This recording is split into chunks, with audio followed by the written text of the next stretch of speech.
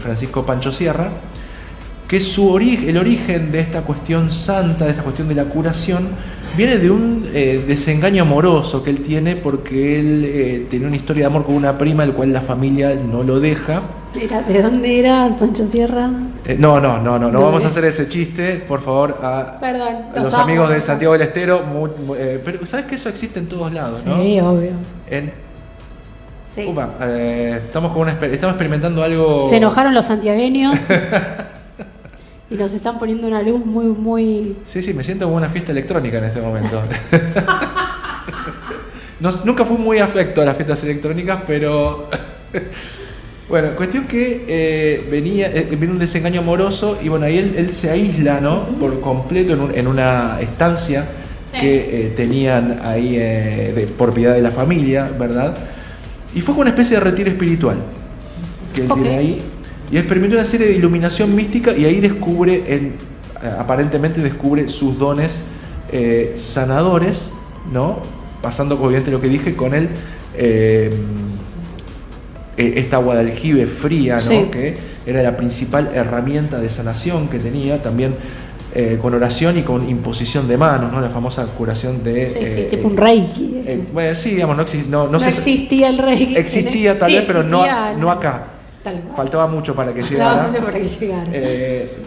Magnetismo. ¿De qué año estamos hablando? Estamos hablando que era de 1890, estamos hablando bueno, de claro, finales es una época recontragrosa del magnetismo y de todo el estudio de lo mediumniático, por así decirlo. Hay como un boom, lo decíamos la otra vez, con estos boom esotéricos que hay en Europa en esa época, entre 1870 y 1914, es un momento en donde muy álgido de toda esta cosa espiritista, magnética, mucho mesmerismo y demás. También las piezas estas que brillaban, que eran radioactivas, también estaban muy de moda en esa época. Sí, ves como vasos o jarras que eran brillantes, bueno, resulta que eran radioactivas y la gente no lo sabía, ¿no? Claro.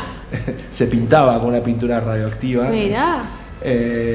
Mira vos, así que él tuvo un desamor y entonces ahí se le ahí en ese retiro que se lo toma mal, ahí tiene esta revelación de poderes con muchísimos casos relevados en testimonios, ¿verdad? Y esto, como dije, absolutamente gratis a todo el mundo. Jamás cobró un centavo a nadie por esto. Y esto lleva a la masificación, fue obviamente a través de su muerte, ¿no? Sí. Después de su muerte, él fallece en 1891. Y tiene un panteón muy imponente ahí en Salto, de donde era él. Mira. Que vos pensás que el mausoleo de alguien que vamos a hablar también, de Carlos Gardel, tiene muchas placas. El de Pancho Sierra tiene una cantidad de placas que es imposible. Impresionante. Imposible de contar, ¿no? Recomendamos la visita.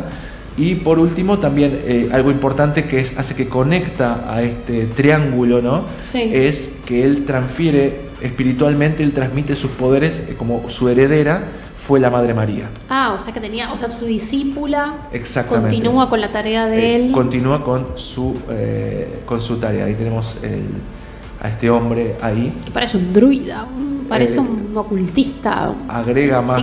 Parece Eliphas Levi, uno de esos. Claro, y hablamos de alguien de cuna de oro, ¿no? De alta sociedad, hablamos de su origen. Tipo letrado. Y ahora vamos a hablar de la otra parte, ¿no? Del este triángulo, ¿no? Que también hablamos de Chacarita, que está en Chacarita, que es un mausoleo también muy concurrido. Tal vez ahora la Madre María tiene como la cuestión de los fieles y más estandarizada, pero ahora vamos a hablar de alguien que está como en crecimiento. A ver. Hablamos de la hermana Irma. Ok. Tenemos una imagen ahí de su mausoleo. Que el su hermana Ítala Irma Inglese de Maresco, nace en 1914 y muere en 1972. Fue una visionaria, evidente y sanadora también popular. Tiene este mausoleo que está exactamente en la sección 13 del mausoleo del cementerio de la Chacarita, y es también un epicentro, como pueden ver ahí. Justamente hay una procesión, un evento que hacen especial ahí. También esta persona nace de una familia muy ligada al misticismo, ya que, y mirá cómo conecta el triángulo, ¿no? Sus padres eran discípulos de Pancho Sierra. O sea que también venía la conexión, ¿no? Y también tenían conexión con la Madre María, ¿no? Se le atribuyen milagros, ¿no? Tiene una línea devocional importante. Pero perdóname, siempre teniendo en cuenta que hablamos de santo popular, y cuando hablamos de santo popular hablamos de algo santificado por la gente, ¿no? Por la gente hablamos. Acá la Iglesia Católica, esto no está ni siquiera en etapa con la Iglesia, chicos, de siervo de Dios, ¿no? Que es como la primera etapa. Y la hermanita de la caridad le decían, y tenía un método que era la sanación por prendas, ¿no? Los fieles le acercaban una prenda de ropa de las personas que estaban con una afección o alguna enfermedad, y con solo tocarlas ella podía percibir y dar un diagnóstico exacto con la ropa de qué padecían. Sí, era y tenía también como por ahí otros casos que no están en etapa de santos, pero sí tienen una cuestión notoria en cuanto a la clarividencia, como Benjamín Solari Parravicini tenía. ¿Es un santo popular Parravicini, no? Tengo entendido que no. Pero bueno, no tiene devotos, tiene seguidores. Nos encantaría que lo fuera. Tuvo seguidores, ¿no? Como por ejemplo Fabio Serpa, por ejemplo, fue un gran seguidor que le vamos a dedicar, vamos a armar algo de Benjamín Solari Parravicini. Me encanta el personaje, me encanta sus psicografías y demás. Analizar un poco las psicografías, a ver si tenemos algunas cosas de la actualidad. Sí, claro que sí, es algo que va creciendo, es algo que está vivo, ¿no? Que se va creciendo todo el tiempo. Y se dice que también vaticinó en sus profecías eventos políticos, sociales, y se adjudica que tuvo algunas predicciones que tuvieron que ver con algunos eventos de la vida de Eva Perón. Se le adjudica eso en algún momento, pero ¿a quién? A la hermana Irma. Se adelantó en el tiempo. ¿De qué año hablamos de la hermana Irma? Y estamos hablando que murió en la década del 70. O sea que ella, vive el peronismo. Ella vive la época del vive pre-peronismo también. Los dos peronismos, por lo menos, los dos primeros peronismos los vive. Y entonces esto llega a que el hermano Miguel, que es su hijo menor, es el que sigue el legado, ¿no? de esta deidad popular. De esto lleva que el hijo menor muere en 2021. Es bastante actual. Predicó en Chacarita a la intemperie incluso, ¿no? Ahí cerca del mausoleo de su madre.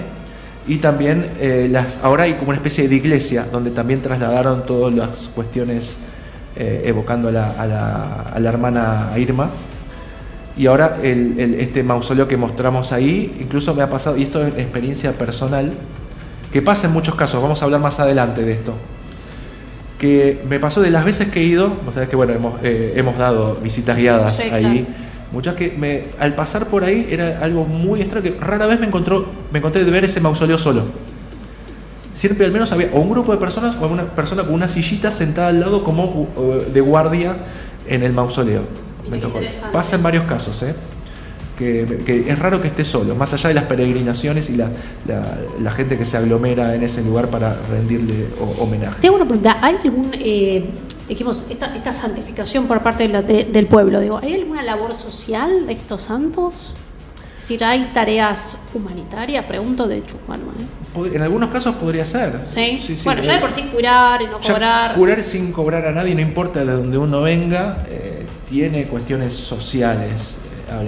Hablamos también, no solo en religiones, tal vez la caridad que hace la Iglesia Católica, por ejemplo, estos santos que curaban sin cobrar nada a nadie. También, en mi experiencia personal lo he visto en otras religiones, por ejemplo, sabemos que los santos populares estamos hablando de todas las religiones, ¿no? Acá no hablamos de una religión hegemónica solamente, porque de hecho el santo popular justamente no tiene una religión en sí. Bueno, en el caso de la Madre María sí tenía una religión.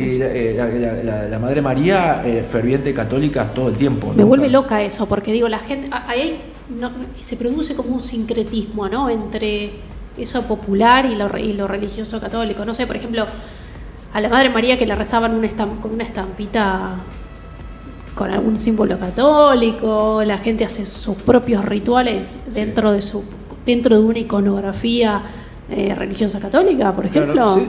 Claro, para el Gauchito Gil tiene una cruz. Sí, tiene una cruz también. Bueno, el Quemadito también tiene una cruz. Donde murió. Esto se da, y bueno, y como hablamos, lo que se nota siempre, hay una cuestión de que siempre la el mausoleo de la hermana Irma, por lo general predominan claveles. El clavel es la flor que predomina siempre en su mausoleo, que depende de la fecha se lo ve más decorado con arreglos florales. Esto no dista mucho de todo lo que es la santería en el Caribe y en el norte del mundo, digamos. En el Caribe y en México y en Cuba, en estos lugares, ¿no? Donde hay como una especie de sincretismo, y en el sur de Estados Unidos también, un sincretismo entre los santos católicos y los santos populares, los santos africanos, en el caso de, ¿no? O sea, es muy interesante que traigas este tema porque lo podemos relacionar al surgimiento de los santos populares, ya que hablamos de Rivadavia, esta reforma de Rivadavia que deja este vacío religioso en todo el territorio de lo que era las Provincias Unidas en aquel momento.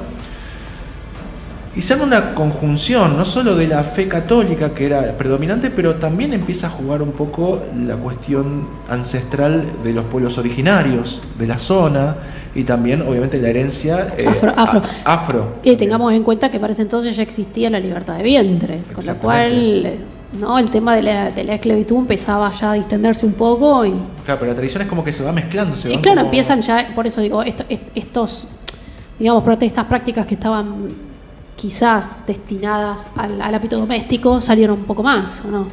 Totalmente. Salieron un poco más a la sociedad, es una deducción que pienso. Salieron a llenar el vacío que había para mí, el vacío que había que llenarlo, y creo que cumplieron ese rol por muchos años.